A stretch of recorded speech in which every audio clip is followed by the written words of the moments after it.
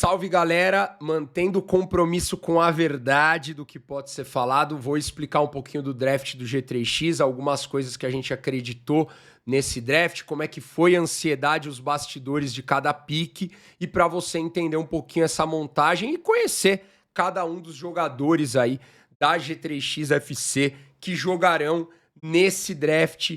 Vamos que vamos, já vamos abrir com o nome dos jogadores. Bora que bora, galera!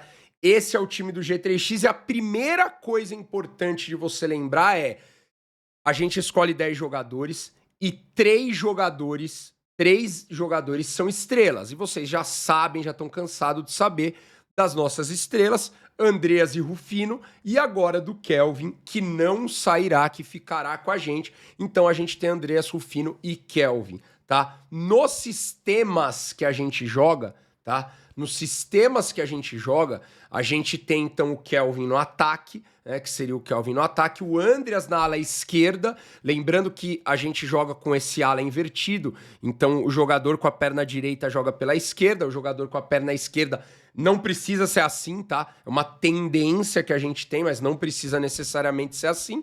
O jogador ala direita com a perna esquerda, e a gente tem ali um fixo, um ou dois zagueiros, ou um fixo e um jogador um pouco mais móvel, e a gente faz esse trabalho que a gente vai ter, já teve no Mundial, com o Rufino, que é um jogador de característica de cair um pouco mais para a esquerda, mas do Rufino ser um jogador que também é um comandante ali do meio de campo, é um cara que tem liberdade, se movimenta e tem essa liberdade com o G3X. A gente está construindo isso cada vez mais para ser o nosso meia. Por que eu tô falando isso? Porque quando a gente pensa, então, no nosso time titular, né? Weber passou pela cabeça. Vamos falar deles. Vamos falar aí também de todos. Acabei deixando as mensagens abertas, peço desculpas aí, que agora estamos gravando para o YouTube, mas quando a gente pensa, então, no nosso time, continuando a ideia, quando a gente pensa no nosso time, o que falta no nosso time? Primeiro, goleiro. Segundo, um fixo. Terceiro, um ala direito com a perna esquerda ou com a perna direita, sendo um ala que vai jogar pela direita. E o quarto jogador, ele pode ser um jogador transicional, ele pode ser um outro defensor, na teoria seria outro defensor, você pode dar mais liberdade para o Rufino, ou se você tiver um jogador ali alto, e é por isso que eu tô dando essa introdução para você entender esse terceiro pique, né? Vamos lá. O que acontece, galera? Primeiro pique, tá? Muita gente perguntou, pô, o Wembley foi até o 7, vocês esperavam o Wembley ser o 7º? Não, tá? Não. Em todos os momentos a gente faz a nossa lista de prioridade e em todos os momentos a gente vai cortando quando a galera escolhe. Porém, né, ninguém foi escolhendo o que era de uma lista nossa de primeiras prioridades. Por isso, cara, que eu comemoro no pique 5, se eu não me engano, ou 4, porque a partir dali a gente sabia que a gente teria né, dos jogadores que estavam na nossa super lista alta de prioridades, porque se o Wembley fosse picado por alguém, né, já posso até dizer aqui, a gente picaria o Bueno, tá? Então, quando a gente sabe que a gente teria, no mínimo, um dos dois, a gente já tá muito feliz. Claro que a gente fez várias situações com os dois picados, tá? A gente conversou muito sobre isso, a gente tinha até no próprio JP, tá? Um dos piques que poderia acontecer, e quando chegar também no Igor a gente explica um pouco mais. Então, quando chegou no pique 5, se eu não me engano, na verdade 4 ali, quando o quarto time não picou, a gente já sabia que a gente teria ou Wembley ou Bueno para compor o nosso primeiro fixo, então a gente já estava tranquilo com isso. Veio o quinto pique, não foi no Wembley, veio o sexto pique, não foi no Wembley, se eu não me engano teve o nivelados, né, que o Dabá fala, todo bom time começa pela parte de trás e tal, e a gente ficou, vixe, ferrou, né? Mas acabou que não picaram também o Wembley, e quando chegou na gente foi muito tranquilo pra gente escolher o Wembley, o cara que a gente trabalhou no Mundial, foi muito importante, vocês podem ver pela minutagem dele no Mundial, e é o pique 1 do G3X, número 010, o Wembley Luiz. Então, a gente sabia aí, tendo o Wembley, a gente sabia que com todos os piques que já tinham tidos, a gente teria essa parte do nosso, vamos dizer, ala, né? A gente teria esse ala e sobraria ali e que a gente teria essa escolha na volta. Esse ala esquerdo, ele dificilmente ele sairia ali nos, né? Eu acho que é importante pra galera citar, pra galera entender que a gente tinha alguns times que com o draft ficaram mais base pra gente do que outros, tá? Porque eram os times que estavam atrás da gente. Porque a hora que a gente picava o 7, a gente tinha 3 escolhas que eram Capim, Loud e Real Elite e depois voltava na gente. Depois que a gente picasse aqui, a gente teria muito tempo para pensar no próximo. Então a gente estava sempre muito esperto, principalmente nesses adversários. A Loud acaba picando um dos jogadores que poderia também ser o nosso ala direito, tá? Que é o Lucas Henrique, o 064, que é o pique 1 da Loud. É um dos jogadores que também poderia ser também o Lucas Henrique também, né? Se a Loud não te escolhe, você estaria nessa discussão, caso, né, a gente não tivesse também ali o Keno. Então o Keno, eu já tinha conversado com ele era uma prioridade alta pra gente, a gente sabia que o time do Real Elite não ia escolher ele, porque eles têm o Davi, apesar deles gostarem do Keno, o Real Elite, que é o time do estagiário, e tem a base do bagagem ali, eles já têm um jogador canhoto para essa posição, então a gente já imaginava que dificilmente esse time acabaria picando, e por algumas pares de estrelas mesmo, né, de estrelas que a gente vê de algum dos times, a gente tem também o Lucaneta, que é um jogador que tá no Capim, então a gente também achou que o Capim não estaria, então por isso que a gente ficou bem tranquilo e a gente tinha bastante certeza que o Keno estaria com a gente para esse pique, né?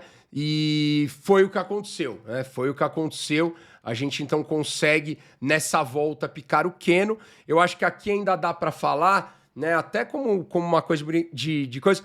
Caso o Keno, né, como a gente não tinha o Lucas, caso o Keno não tivesse ainda sido picado para essa posição, muito provavelmente a gente teria o Luquinhas, o Lucas Japa, o 216, tá? Que acabou sendo picado depois ali pela Loud também.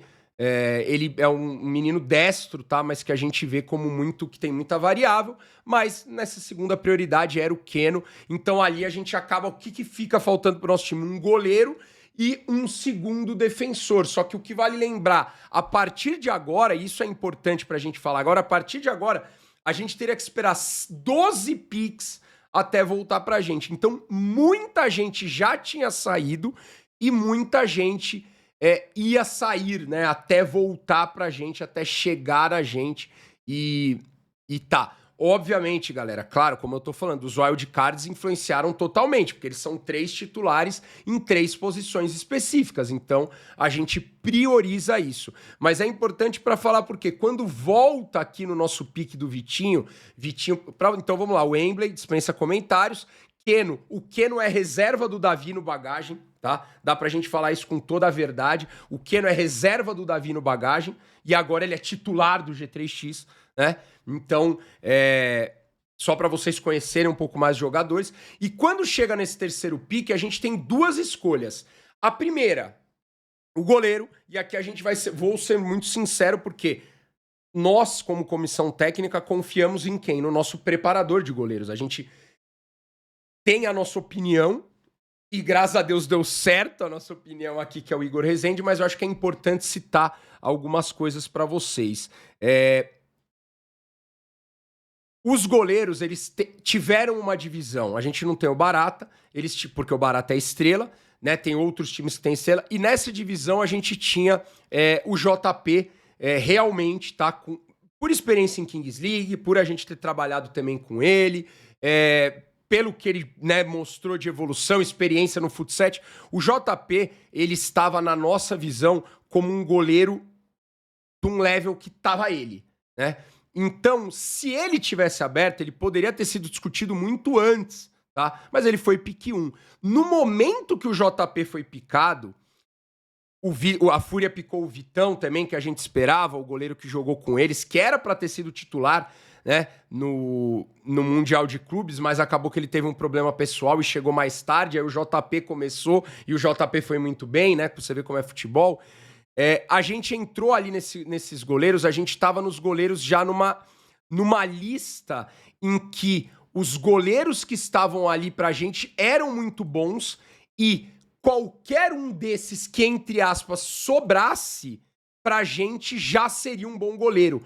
Óbvio, galera, isso são decisões na hora, em que a gente tem que ser firme, forte e confiante no que a gente acredita, certo? E todos os times já tinham picado o goleiro e a gente acreditou que a gente conseguiria garantir um jogador que tem experiência boa no futsal e na volta nossa, né, garantir o Igor. Então foi isso que a gente fez. A gente primeiro, porque o Vitinho era um jogador que poderia ter saído para Capim, para Laude, para Real Elite, diferentemente do Igor, tá? O Igor não poderia ter saído, porque o Capim tem o Barata como estrela, a Laude tem goleiro como estrela e o time do estagiário seria o único que poderia picar. Então a gente teve esse risco de talvez o time do estagiário picar, só que o time do estagiário acaba picando outro goleiro, que é o Gustavo Rocha, né? Então a gente estaria ali. Se eles picassem o Igor, a gente aceitaria, porque a gente na lista de prioridade de goleiro tava no range.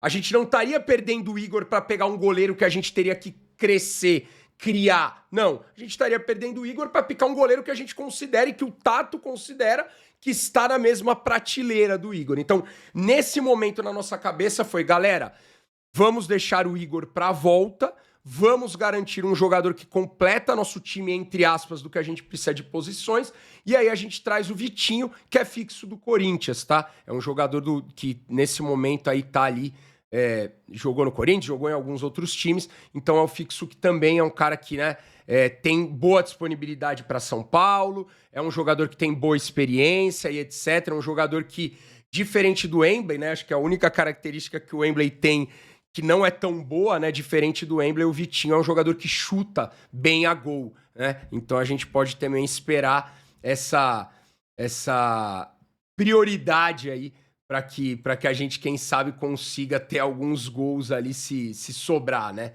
Se sobrar a bola.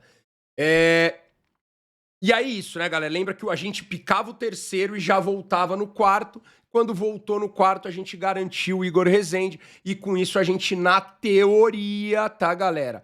Teoria, a gente, então, estava com o nosso time titular. Óbvio que isso é teoria, porque tudo isso ainda vai rodar, tudo isso ainda vai passar, tá, galera?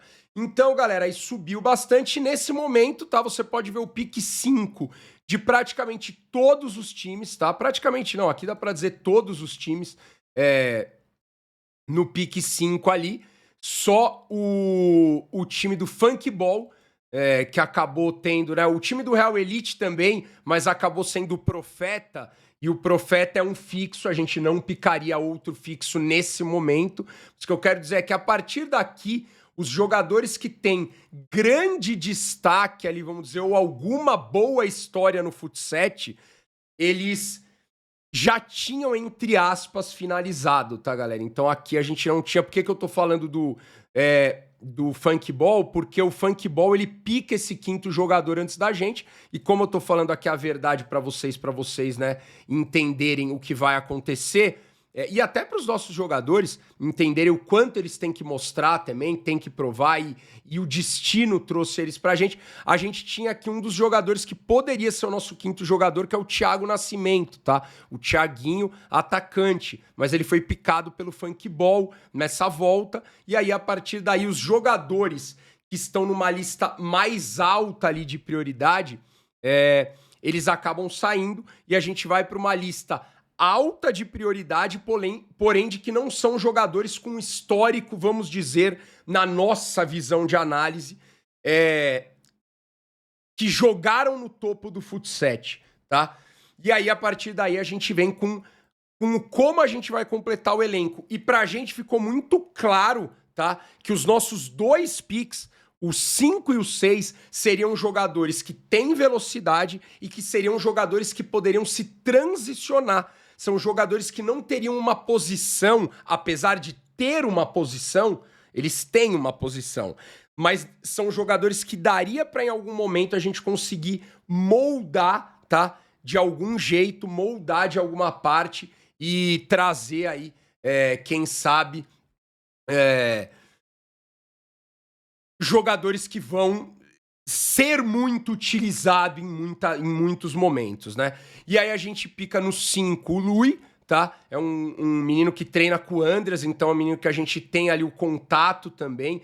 Bom jogador, tá? É de São Paulo, é um cara que vai treinar, tem experiência também no futsal, como eu falei, não tem o topo, mas tem experiência no futsal.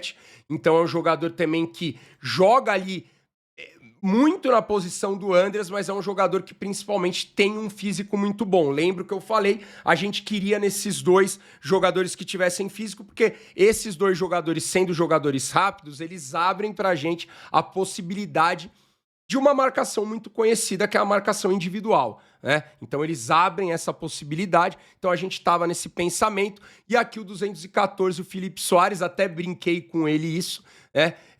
O draft do Felipe Soares foi muito bom, tá, galera? O draft dele o condicionaria para ser picado até mais em cima, né? Mas óbvio que eu falei que a galera não dá para você se basear só num dia de draft, por isso que as pesquisas foram feitas, e aí a gente tem, cara, esse pique do Felipe Soares, que é um pique pra gente muito importante e é muito legal pra vocês saberem também. Como eu falei, eu brinquei com o Felipe isso, que o Felipe, ele tava numa lista nossa, né? Não foi uma prioridade lá dos 3 primeiros, mas ele acaba... ele já tava na nossa lista e ele recebe eu recebo uma indicação de um grande, né? Um cara que eu conheci, que eu acho sensacional, campeão mundial de futsal, o Lino, né? O Leandro Lino, ele manda uma mensagem pra mim, faz uma semana e meia, falando, pô, cara, olho nesse menino aí, jogou base, foi até, se eu não me engano, foi do Corinthians, eu esqueci qual time, né? Mas como vários jogadores aí no sonho acabaram não finalizando a base, né? Não conseguindo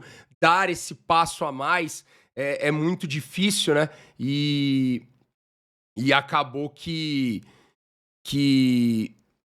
não deu certo, né, no futebol de campo, tava jogando ainda, né, tava jogando aí em várzeas e etc, e é um menino que vem também do salão, então é um cara que fez um draft muito bom, a gente tá muito feliz, a gente brinca com o Felipe, a gente, né, saiu pra jantar ontem todo mundo e falou, meu amigo, cara, tu foi indicado pelo Lino, velho, né, tu vai ter que dar um jeito aí, cara, tá ligado?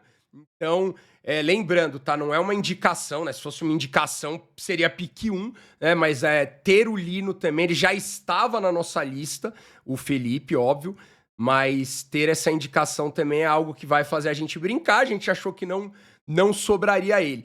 Depois, galera, vai o sobe e desce de novo, tá? E nesse sobe e desce, esse aqui é um pique que acaba vindo muito da lista do Roma. O Roma fez um trabalho muito forte. E o que acontece? A gente tinha perdido todos os atacantes que estavam na lista 1, tá? E os 3 atacantes que estavam na lista 2 ali, que o Nicolas estava ali nessa parte ali. Então, muitos atacantes já tinham saído. Nesse momento, a gente tinha o Nicolas e o Coiti, né? Sobrando ali no ataque, entre aspas. E para a ideia que a gente tem de time, a gente preferiu um menino que tivesse um pouco mais de mobilidade, tá? A gente tem o Kelvin já no nosso time, então óbvio que é um jogador que vai estar, né, muito mais defensivamente, então a gente acabou picando um jogador que tem um gap de crescimento dentro do time, é um menino de Paraisópolis, é um menino que, cara, tem uma história e a gente quer ajudar também, sabe que ele vai ajudar nessa criação dele como jogador da Kings League, a gente confia muito nisso, e óbvio, né, galera, aqui já é um pique 7, então a gente tá já também falando de um pique lá de baixo. Nesse caso, tá, galera, sempre os piques são linkados, porque já subia pra gente, e a gente já tava com o Lucas, ele tava altíssimo na nossa lista de fixos, tá? É bom que o Lucas saiba disso, né? Lucas Touro é o apelido dele, porque ele parece um touro gigante. Ele tava numa lista muito alta, mas ele tava atrás de Wembley e Vitinho. E aí, quando a gente pica o Wembley e o Vitinho, a gente não tá mais olhando pra fixo.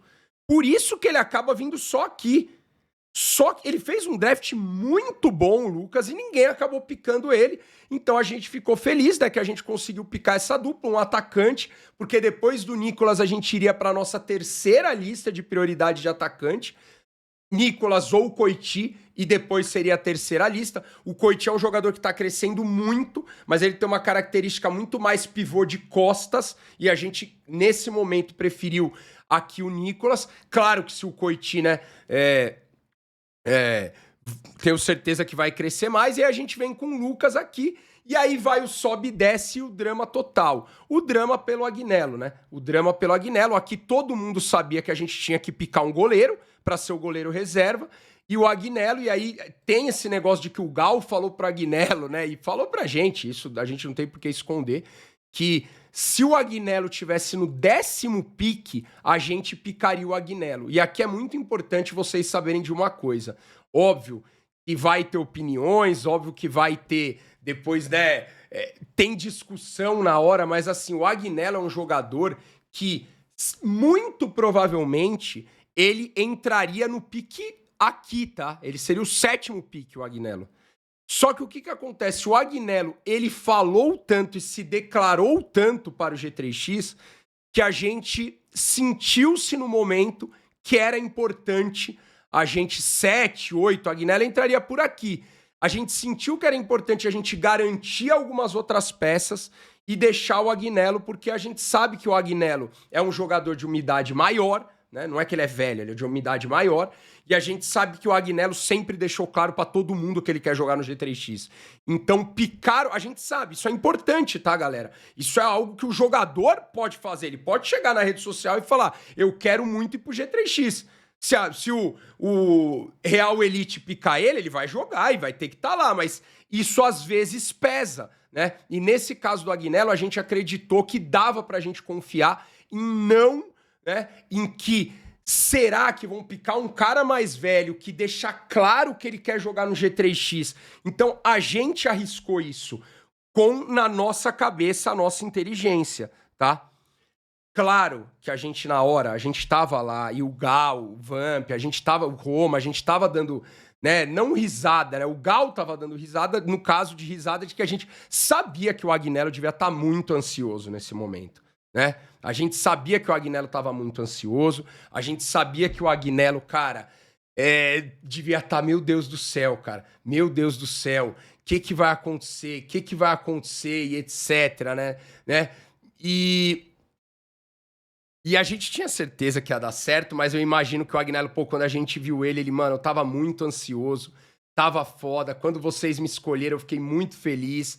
É legal, né? Pro jogador, é uma coisa muito legal. E a gente tá muito feliz de ter o Agnello. Eu não queria eu colocar a nota, porque eu colocaria até um pouco mais alto, mas eu falei pro Agnello, quanto você acha que você jogou? Porque a galera brinca com o Agnello, né? Tem isso, essa brincadeira, e é uma brincadeira, né, que na grande maioria das vezes é uma brincadeira saudável. Pô, o Bagrinelli, etc, Agnello, pipipi, nosso, né? E eu falei, quanto você acha que você foi no Mundial de Clubes? Ele falou, pra mim, há pouco eu fui nota 5. Aí eu falei pra ele, tá bom. Se no Mundial de Clubes você foi nota 5, na Supercopa você foi nota 7. Eu quis dizer pra ele, de um pro outro você evoluiu no Futset. E eu tenho certeza que o Agnello vai evoluir mais um pouquinho nessa Kings League. Outra coisa que ninguém vê, ou vê, mas não quer falar. O Agnello participou de vários gols em momentos importantes do nosso time. Vários, tá? Mais do que imaginam. O Agnello tem um bom chute. O Agnello, cara, ele, na minha opinião, tá? Ah, Pocão, você tá falando isso porque o Agnello é do G3X, você já quer motivar ele. Vocês podem ver isso. O Agnello, na minha opinião, como jogador de futsal e um canhoto pra ala direita, ele estaria em pique aqui, tá? Ele estaria em pique por aqui, pra muitos times, tá? Não sendo talvez o ala canhoto titular, mas sendo um ala canhoto que pode fazer a meia, um cara que tem, ele sabe fazer o pensamento. Então, a gente ganhou. O Agnello não é pique 9.